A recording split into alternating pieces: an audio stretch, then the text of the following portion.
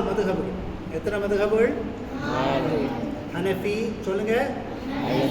ஷாஃபி, மாலிக்கி, ஹம்பலி. ஹனஃபி, ஷாஃபி, மாலிக்கி, ஹம்பலி.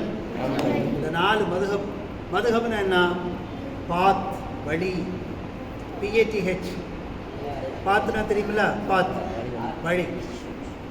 ரசூலுல்லாஹி ஸல்லல்லாஹு அலைஹி வஸல்லம் என்ன சொல்லியிருக்காங்களோ அதை ஒவ்வொரு இமாம்களும் விளங்கி இப்படி செய்யணும் அப்படின்னு ஒரு வழி போட்டு கொடுத்துருக்காங்க. அந்த வழி தான் என்னது? மதுஹபு. விளங்குதா? அரபியில் அதுக்கு பேர் மதுஹபு. இப்போ நம்ம எல்லாம் இமாம் அபூ ஹனீஃபா ரஹ்மத்துல்லாஹி அலைஹி அவருடைய மதுஹபை பின்பற்றி, அதனால் நம்ம எல்லாம் ஹனஃபி. நம்ம என்ன சொல்லுவோம்? ஹனஃபி அப்படின்னு சொல்லுவோம். இப்போ நம்ம தக்பீர் கட்டின உடனே சனா ஓதுறோம். சனா ஓதி முடித்த உடனே இமாம் அல்ஹம்து சூரா ஓதுவாங்க. அல்ஹம்து சூரா ஓதின உடனே ஆமீன் எப்படி சொல்லணும்? மெதுவாக சொல்லணும், மனசுக்குள்ளே சொல்லணும். சரியா? ஷாஃபி மதுஹபை சார்ந்தவங்க தான் என்ன செய்வாங்க? சவுண்டாக ஆமீன் சொல்லணும். நம்ம மெதுவாக ஆமீன் சொன்னால் போதுமானது. அதுக்கப்புறம் என்ன செய்வோம்? ருக்கு செய்வோம். ருக்குவில் என்ன ஓதுவோம்? எத்தனை தடவை? இதை விட அதிகமாக ஓதலாமா? எத்தனை தடவை ஓதலாம்? ஒரு நம்பர் சொல்லுங்களேன். எத்தனை தடவை ஓதலாம்? நிறைய ஓதலாம். குறைஞ்சபட்சம் 3, அதிகபட்சம் நிறைய ஓதலாம். அதிகபட்சம் என்ன செய்யலாம்?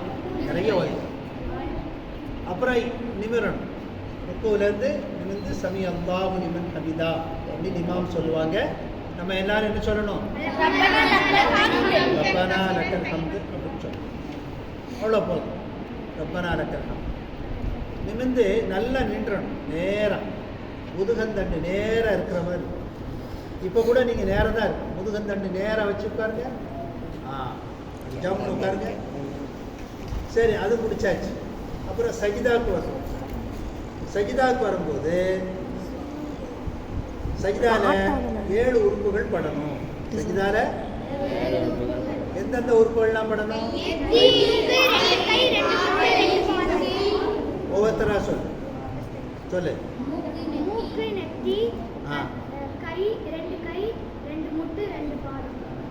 ரெண்டு பாதம், 2 கால்கள், 2 மூட்டுக்கள், 2 கைகள், மொத்தம் 6 ஆச்சா? நெற்றியும் மூக்கும் சேர்ந்து ஒரு உறுப்பு, மொத்தம் 7 உறுப்பு படம். விளங்குதா? அதில் சுபஹான ரப்பில் ஆலா அப்படின்னு என்ன செய்யணும்? ஓதணும். இப்படி 2 முறை சஜிதா செய்யணும். 2ஆவது ரக்காத்துக்கு எந்திக்கணும். வழக்கம் போல செய்யணும். அப்புறம் சலாம் அத்தையாக்கு ஓதிட்டு சலாம் கொடுக்கணும். இந்த தொழுகையில் மன ஓர்மைங்கிறது ரொம்ப முக்கியம். அல்லாஹ் நம்மளை எல்லா நேரம் பார்த்துக்கிட்டு இருக்கான். அப்போ தொழும்போது பார்ப்பான்ல. அப்போ அல்லாஹ் நம்மளை பார்க்குறான் அப்படிங்கிற எண்ணத்தோட வேறு எண்ணங்கள் வராமல் நாம் என்ன செய்யணும்? நின்று தொழணும். விளங்குதா? வேறு எண்ணம் வராமல் எப்படி இருக்கிறது? வேறு எண்ணம் வந்தால் நம்ம என்ன சொல்லணும்? நமக்கே நம்ம சொல்லிக்கிடணும். நாம் தொழுகையில் இருக்கோம், அல்லாஹ் நம்மளை பார்த்துக்கிட்டு இருக்கான், அதனால் நம்ம ஒழுங்காக தொடரணுங்கிறத எண்ணத்தை என்ன செய்யணும்? திரும்ப திரும்ப கொண்டு. அப்படி தொடலாமா?